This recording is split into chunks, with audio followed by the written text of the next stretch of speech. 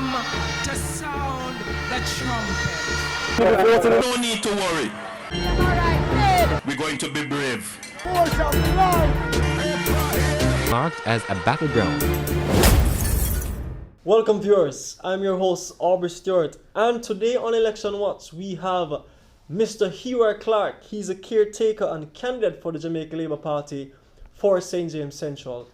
In the last general election, Mr. Clarke lost by merely 98 votes against Lloyd B. Smith, who is the current Member of Parliament. This year, Mr. Clarke will contest Ashley Ann Foster of the People's National Party for St. James Central. Welcome to Election Watch, sir. Thank you very much, Mr. Stewart. All right, It's great. nice of you having me on this program, seeing that we also share other similarities, both old boys of the great school on the hill. Yes. Thanks once again. All right, wonderful. So for our viewers and those who are undecided where St. James Central is and are looking to vote, tell us a little bit about St. James Central. St. James Central is 77% the inner city, informal communities that falls within the urban setting of St. James. If we should look at the geographical boundaries, we would start at the river. With our backs to the sea, we'll go up the river, everything on your left hand, all the way up to where the bridge, where the train used to run across the river, right behind Charles Garden Market.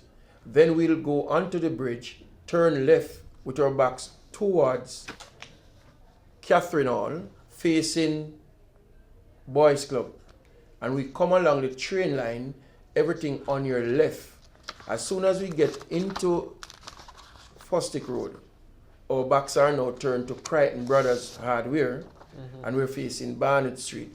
Everything on your left hand side going all the way into Barnett Street, with our backs down Barnett Street, facing Clarke. We now go up Barnett Street, get into the Clarke. Our face is now towards Cottage Road, everything on your left hand side. Get into Mount Salem Main Road where it intersects Cottage Road, with our backs to Jared Park Wall. We go up Mount Salem, everything on your left hand side, all the way into Rosemount Gardens. There's an imaginary line that divides Rosemount Gardens and Westgate Hills.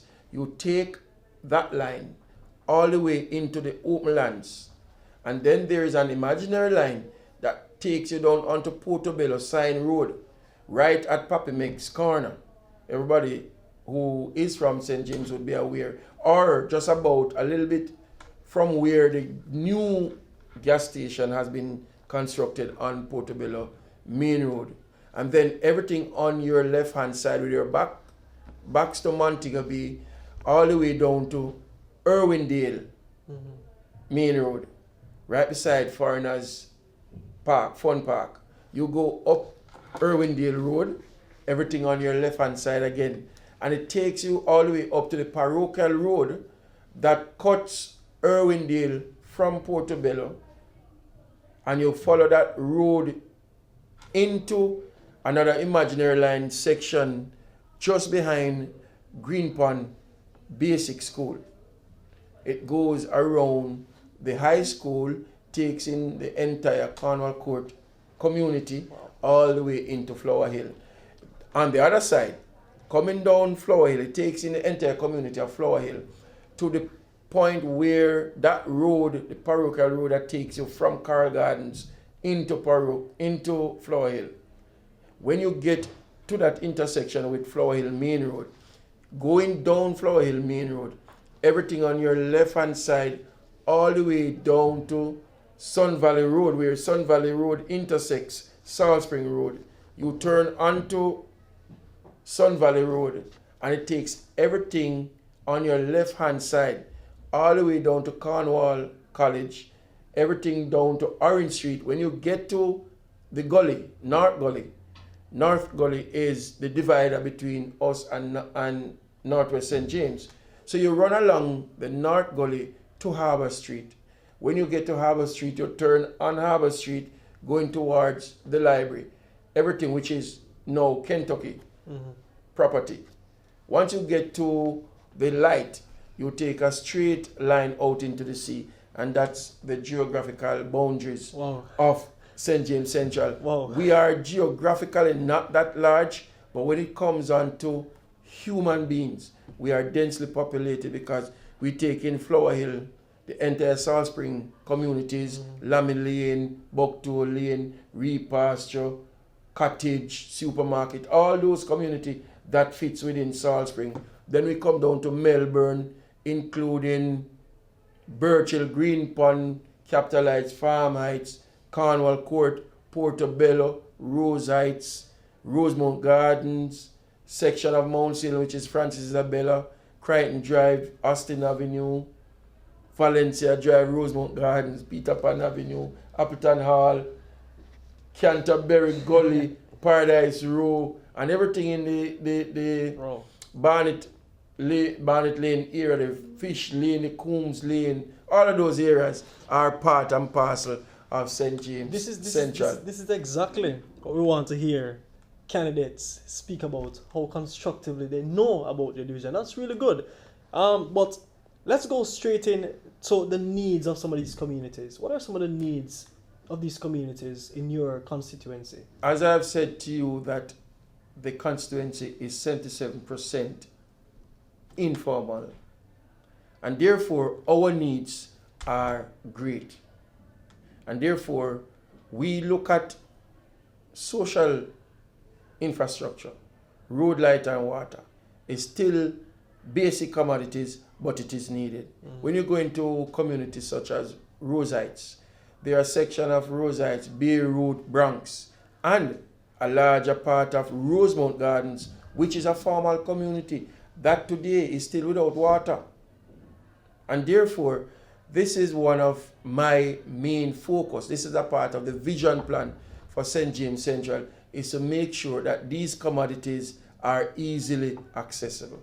All right, so before you go into your plans, so we are aware of the 10-point plan that the Jamaica Labour Party has, along with the manifesto that they're actually presenting today. But tell me, what are the plans that you will be doing if elected as Member of Parliament for St. James Central? Let me hasten to tell you that as a son of Central St. James, and when you say son of St. James, it means that you were born here, you know, come from nowhere. It is Rosemount Daycare Center, the tenement structure, Robert Reed Drive. That's where I grew up. I understand what it is to be a part of the inner city. And therefore, it is very close to me, the development of this constituency. And it is for one reason that I have offered myself to be the messenger for this constituency. I hasten to tell you that I will never be the Messiah, but I will be a very, very effective messenger. And we have a four-pillar vision for this constituency. First and foremost is education. And when we speak of education, we speak of early childhood education. For us to create a good structure, you have to have a very good base. I have never seen a wooden base and a concrete structure sitting on a wooden base. And therefore, whatever we're putting down as base has to be something concrete. So we're saying, or I am saying along with the team, that early child will let us capture, rather than just giving a bed and breakfast situation where the children are concerned at that tender age of 3 to 6. Rather than giving them a bed and breakfast situation, let us take time out to teach them something. And when I say teach them something, is really to train the mind to accept information at every step of the educational ladder. As I said to many a person I speak from time to time, we used to have some things that we call memory gems. Hey, diggle, diggle, the cat and the figgle. And we come to know that at our age now, we realize that cow would never jump over a moon. But it's never the front of it to say that cow can jump over a moon. No, it was really to teach youngsters at that tender age English language and how to accept it. Yes. So rather than having the mind's shutting down and locking out information, your mind will be so trained at that tender age to open up and accept information. So that is our early childhood program. Yes, so that's on education. Because what we really want to capture, rather than looking at the child at age 13 or 14 to say that they're dunce, we should, as an adult, should have recognized from that tender age that the child will not learn that fast. And therefore, we should have put something in place to train him to bring it up to speed. For example, you will never take a 12-second car and put in a 10-second race and expect that car to win. Never. But what we can do is to modify the engine, which is really training the mind of that car, to bring it down to 10 seconds, and you stand a very high chance of winning the race. So that is from our education. The next step, or the next pillar, is our learn and earn. This now is targeting our unattached youth. And let us make no bones about it. A large percent of our youths are in the group of unattached. It is sad, and if we who know better don't do better, then our days will be sorry. Because somebody is going to capture those minds, and it might not be the persons who we really want them to be captured by. And therefore, we now have to make preparation for them. That is now, we have the program that we call the Learn and Earn. Learning in the sense that we are going to find persons from the community, not from outside, because it is you giving back something to your community that you're a part of. I want to tell viewers that it is not the community that defines you. It is you who defines the community. And I'm speaking to a very lively testimony, which is you. Yes. I have always, in all my presentation, we have always asked to look at a Aubrey Stewart, look at a Sean Jones. If these youngsters can achieve from the bowels of the inner city, then every other youngster can. If you're just joining us on Election Watch, we have the caretaker for the Jamaica Labour Party and candidate for St. James Central, Mr. Heroy Clarke. We're going to allow Mr. Clarke to continue on his pillars that he will be implementing for St. James Central. And he stopped at learning and earning. So, Mr. Clarke. Thank you very much, Mr. Stewart. Just to continue from the second pillar. The second pillar is the Learn and Earn program. We are saying to youngsters that find themselves in a group of unattached, if you give us 4 hours, we will match it with 6 hours. That is 4 hours to learn per day or 3 times per week, as the case is. To learn math, English, maybe 1 or 2 business subjects. Once you have signed on and you're doing well, we will know through heart or business people within the communities to say, okay, we are going to sign up one youngster with you to learn maybe auto mechanic, auto body work, or those things that will give you a chance to earn something for yourself, because we understand how these youngsters think. We have to get them out of that frame of mind to get them into the frame of mind that we want to have them. And therefore, that is how the Earn and Learn program will work. The teachers or the lecturers won't come from downtown or another outside community. They are going to be taken from that said constituency, because it is to say, we are giving back something to you. You need to give us something. So it is a one-on-one situation, a handshake situation. And that is how we think it is going to work. So we move from that pillar and we go to the third pillar. That is our community or our constituency small business development scheme. It is a corporate society that we're establishing. What we're saying is that one main factor is a revolving scheme that we want to establish. These youngsters are asked to learn and to train themselves in a discipline that they so desire. Once they have learned and they are now assessed and is certified, we want them now to take up their place in society within the constituency or outside the constituency as the case is. All they might need are some basic tools to start with. They do not have the collateral, so the bank won't lend them the funds. And many a times, their families are unable to assist. We are saying to them, we will lend to you a small amount of maybe $30,000 or $40,000 just for you to get the basic tools. You are going to have to pay back that $40,000 over a period of time that the next person in line will get the chance and the benefit just the same. All right. Once that is done, we move to, our dressmakers, our shoemakers, our hairdressers. They are the sole breadwinners sometimes for their family. Back to school is something that you have to address. And therefore, the business might be making a small profit, but not enough. Therefore, they will have to use that money to send the kids back to school. They need some fund to put back the commodity in place to make that business to survive, for it to survive.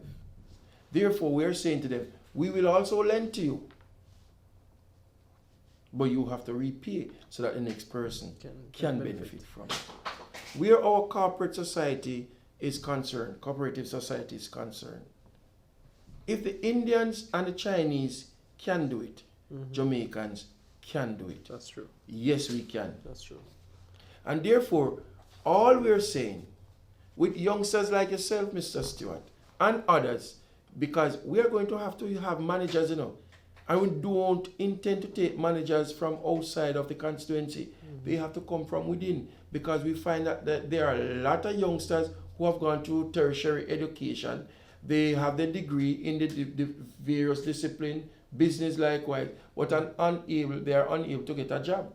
We are saying that we will try as best as possible to employ these persons to manage the affair. Okay. Once that is done, we are now saying that, okay, we'll register all the shop owners, as many as possible, because we want to do the way the Indians and the Chinese do their business. So we are going to buy in bulk, and we are going to break it down to every shop owner. Whatever you pay for, then that you're going to receive. But what it will do now, it will give you that playing field that you can now compete with the Chinese and the Indians. That's good. So let's speak about your fourth pillar. The fourth pillar is where we go to social development, infrastructure. Whilst the other three are working maybe 60 to 70%, because we may never get it to 100%. It gives the representative, me, time enough to deal with the social infrastructure that we will now be lobbying at the parliamentary position or the national level.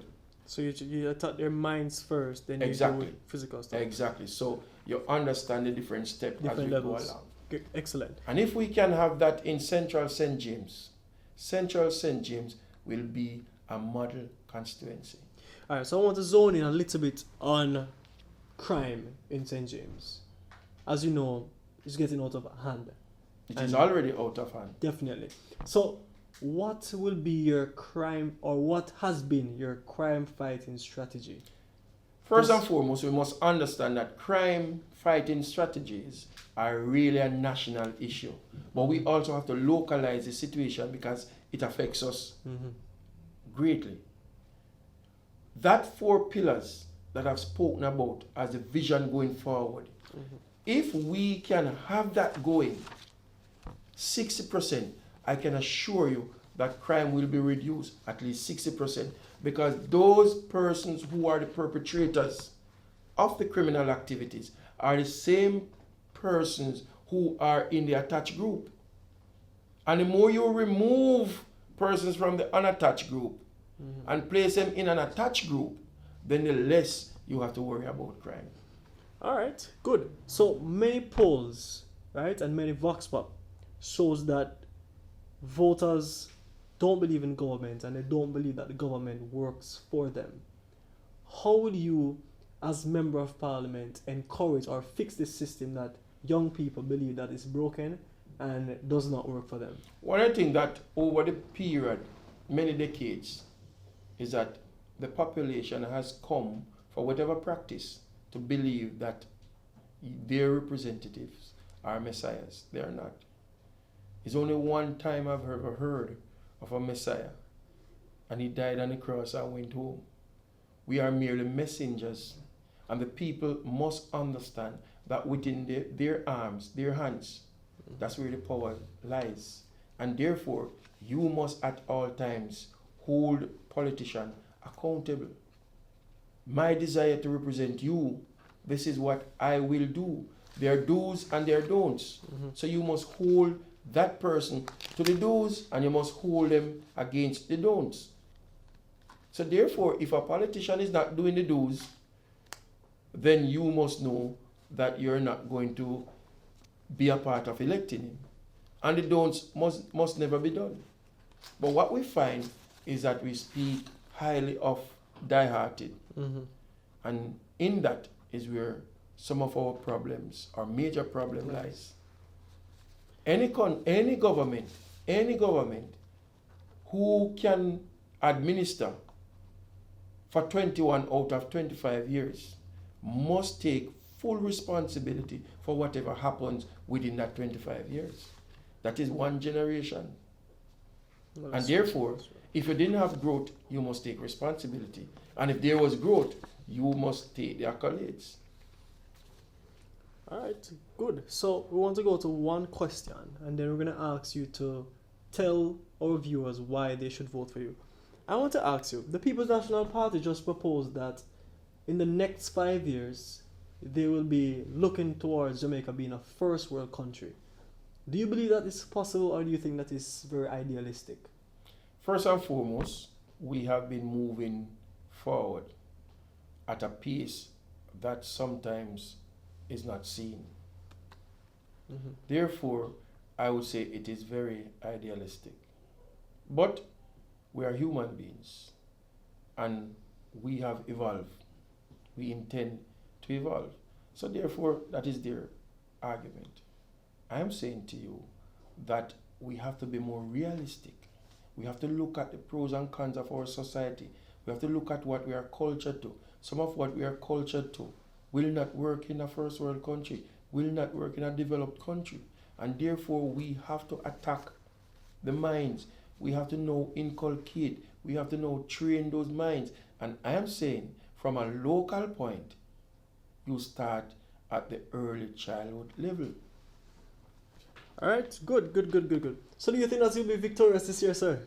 I am going to be victorious. All right, great. Landslide or marginal? It's not going to be landslide. It's not going to be marginal. My figures is resting just about 300 or more. But we have, as I said, we have crunchy numbers.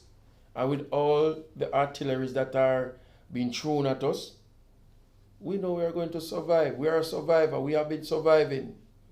All right, wonderful. Long live a survivor. Yeah, so in about a minute, I want you to tell our viewers why they should vote for you, Heroy Clarke, for Member of Parliament for St. James Central. I am saying to St. James Central residents, vote for Heroy Clarke. It is the best choice. I am a son of Central St. James. When I go home in the afternoons, I am going to my constituency. If I wake up in my constituency. When I go to work, whatever business that I do it in my constituency. I am from the bowels of the constituency. Therefore, I know emotionally the needs of this constituency.